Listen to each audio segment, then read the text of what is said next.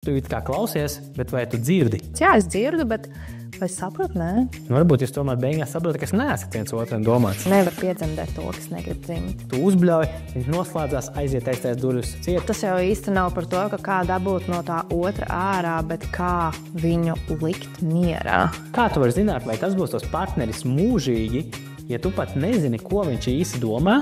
Bet vai tu zini, kas esi tu, ko tu par visu kaut ko domā?